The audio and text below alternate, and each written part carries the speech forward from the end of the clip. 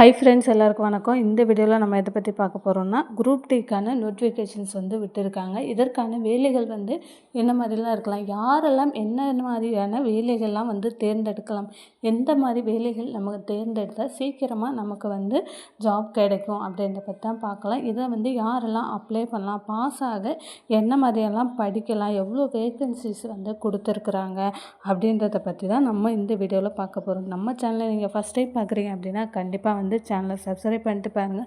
மேலும் கவர்மெண்ட் சம்மந்தமான அனைத்து தகவலையும் நம்ம சேனல் பெல் பட்டனை கிளிக் பண்ணி வச்சுக்கோங்க. அப்போ தான் பார்த்திங்கன்னா உடனுக்குடன் தகவல்கள் உங்களுக்கு சேரும். ஸோ இதை பற்றின டீட்டெயில்ஸ் ஃபுல்லாக நம்ம இந்த வீடியோவில் பார்க்கலாங்க. எப்படி படித்தா நம்ம பாஸ் பண்ணலாம், எந்த வேலைக்கு நம்ம தேர்ந்தெடுத்துக்கிறோம் அப்படின்றது முக்கியம். அதாவது நம்ம கல்வி தகுதி என்ன, நம்ம கல்வி தகுதிக்கு ஏற்ற வேலைகள் என்ன அப்படின்றதையும் நம்ம இந்த வீடியோவில் ஃபுல்லாக பார்க்கலாம். இது பார்த்திங்கன்னா குரூப் டி பார்த்திங்கன்னா ரொம்ப கஷ்டம் அப்படின்னு சொல்லி நினச்சிட்ருக்கீங்க எல்லோரும். கண்டிப்பாக இந்த வேலை பார்த்திங்கன்னா கண்டிப்பாக கஷ்டம் கிடையாது. நம்ம ஈஸியாக ஸ்மார்ட்டாக படித்தா கண்டிப்பாக நம்ம பாஸ் பண்ணிடலாம். ஃபஸ்ட் அட்டம்ப்ட்லேயே நம்ம பாஸ் பண்ணிடலாம்.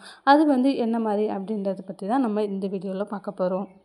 இதுக்கு பார்த்திங்கன்னா சென்னை, அதாவது சென்னை சதர்ன் ரயில்வேலேருந்து சென்னையில் எவ்வளோ வேக்கன்சி கொடுத்துருக்குறாங்க அப்படின்றத நம்ம இந்த வீடியோவில் பார்க்கலாம். அதில் பார்த்தீங்கன்னா அசிஸ்டன்ட் எஸ்என்டிக்கு பார்த்திங்கன்னா ஜென்ரல் கேட்டகரி 64 வேக்கன்சி. அதுக்கப்புறம் எஸ்சி எஸ்டிக்கு கொடுத்துருக்குறாங்க. அதுக்கப்புறம் ஓபிசி பார்த்திங்கன்னா எம்பிசி பிசி டிசி இவங்க எல்லாருமே ஓபிசி கீழே தான் வருவாங்க. டோட்டலாக பார்த்திங்கன்னா 99 வேக்கன்சிஸ் கொடுத்துருக்குறாங்க.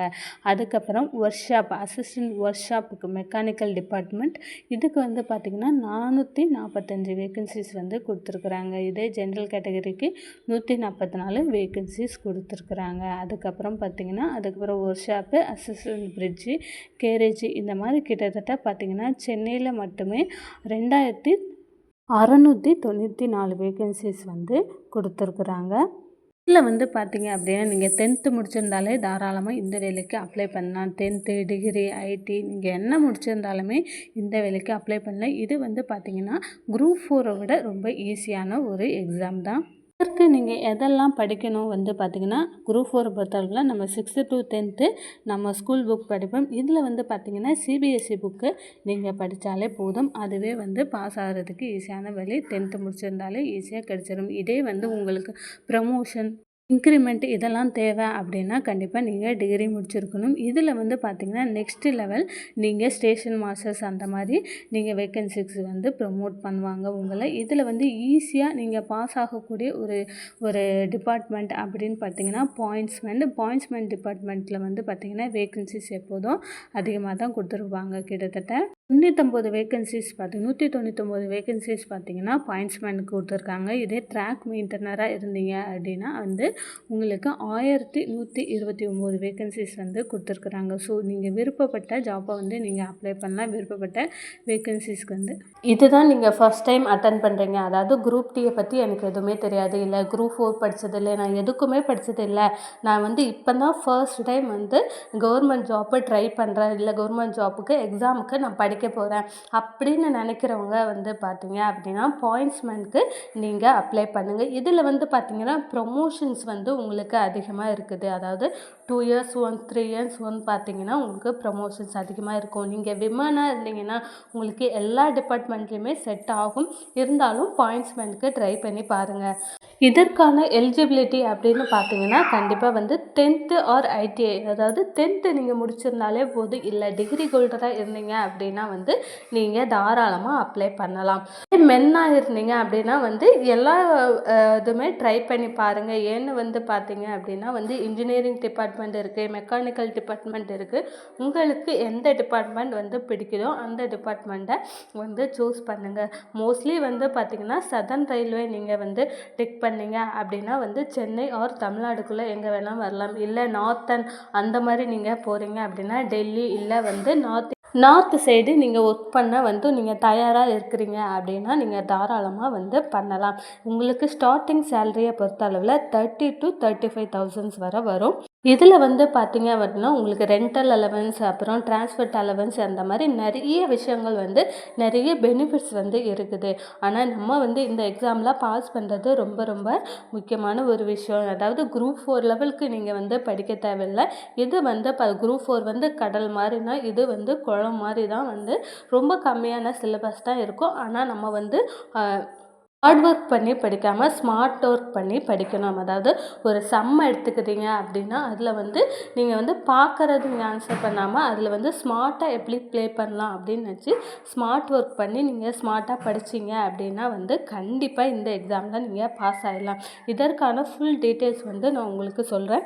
இதில வந்து பார்த்தீங்கன்னா, உங்களுக்கு ஜென்ரல் கேட்டகரி வரும். அதுக்கப்புறம் ஓபிசி, எஸ்சி, எஸ்டின்னு இருக்கு. ஓபிசிய பொறுத்தளவுல நீங்க எம்பிசி, பிசி, டிசி இவங்கெல்லாம் வந்து பார்த்தீங்க அப்படின்னா, ஓபிசி கேட்டகரியில வருவாங்க. அதர் வந்து ஜென்ரல்ல, அதாவது யூஆர் கேட்டகரியில அன்ரிசர்வேஷன்ஸ் கேட்டகரியில வந்து அப்ளை பண்ணுவாங்க.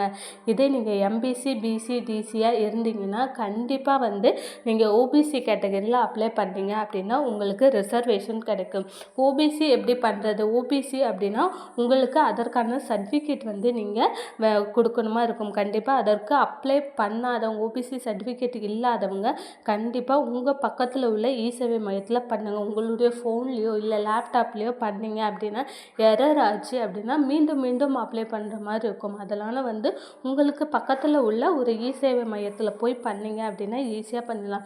இதற்கான சான்றிதழா பார்த்தீங்க அப்படின்னா, உங்க பேரண்ட்டோ இல்ல உங்க ஹஸ்பண்டோ அவங்களோட சேலரி பே ஸ்லிப்பு, உங்களோட வந்து குடும்ப அட்டை, அதுக்கப்புறம் ஆதார் கார்டு, ஃபோட்டோ இதெல்லாம் வந்து தேவைப்படும். இது வந்து பார்த்தீங்கன்னா, ஓபிசி சர்டிஃபிகேட் இல்லாதவங்களுக்கு நான் வந்து சொல்கிறேன். ஓபிசி சர்டிஃபிகேட் கண்டிப்பாக வந்து இதில் கம்யூனிட்டி சர்டிஃபிகேட் இன்க்ளூடட். கம்யூனிட்டி சர்டிஃபிகேட்டும் நீங்கள் கொடுக்கணும். கம்யூனிட்டி சர்டிஃபிகேட்டு, அதுக்கப்புறம் உங்களோட ஸ்மார்ட் கார்டு, அதுக்கப்புறம் சேலரி பே ஸ்லிப்பு இதெல்லாம் கொடுத்து நீங்கள் ஓபிசி சர்டிஃபிகேட் அப்ளை பண்ணீங்க அப்படின்னா, நெக்ஸ்ட்டு பிப்ரவரிக்குள்ளே வந்துடும். அப்படின்னா பிப்ரவரி எண்டுக்குள்ளே தாராளமாக அப்ளை பண்ணிடலாம். ஓபிசி கேட்டகரிக்குள்ளே வர்றவங்க அதற்கான ரிசர்வேஷன்ஸ் இதில் வந்து நீங்கள் பண்ணீங்க அப்படின்னா ஈஸியாக கிடைக்கிறதுக்கான சான்ஸ் வந்து இருக்குது. இதே வந்து எஸ்சி, எஸ்டி இருக்குது. நீங்கள் வந்து இதில் உங்களுக்கு 36 வயசு வரை தாராளமாக அப்ளை பண்ணலாம். ரொம்ப ரொம்ப ஈஸியாக கொஞ்சம் வந்து ஒரு 3 மாதம் 4 மாதம் ஹார்ட் ஒர்க் பண்ணி படிச்சிங்க. குரூப் 4 லெவலுக்கு படிக்க தேவையில்ல.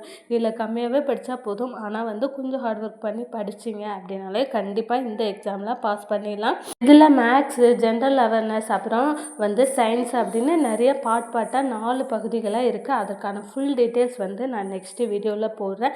மேக்ஸை பொறுத்த அளவில் 9th 10th வந்து நீங்கள் நல்லா படிச்சிங்கனாலே கண்டிப்பாக வந்து ஒரு 20 மார்க் வந்து எடுக்கிறதுக்கான சான்ஸ் வந்து இருக்குது. அடுத்த வீடியோவில் இதற்கான ஃபுல் டீட்டெயில் எந்தெந்த சப்ஜெக்ட்டுக்கு எவ்வளோ எவ்வளோ மார்க்கு, என்னென்ன புக்கை வந்து படிக்கலாம் அப்படின்றதையும் நெக்ஸ்ட் வீடியோவில் போகிறேங்க. இந்த எக்ஸாமை பொறுத்தவரை நீங்கள் வந்து கோச்சிங் சென்டர் தான் போய் படிக்கணும் அப்படின்றது கிடையாது. தாராளமாக நீங்கள் வீட்டில் இருந்து படித்தாலே பாஸ் பண்ணுறதுக்கு நிறையவே வந்து சான்ஸ் இருக்குது. ஸோ இந்த வீடியோ உங்களுக்கு பிடிச்சிருந்தா கண்டிப்பாக வந்து லைக் பண்ணுங்கள் ஃப்ரெண்ட்ஸ். தேங்க்யூ.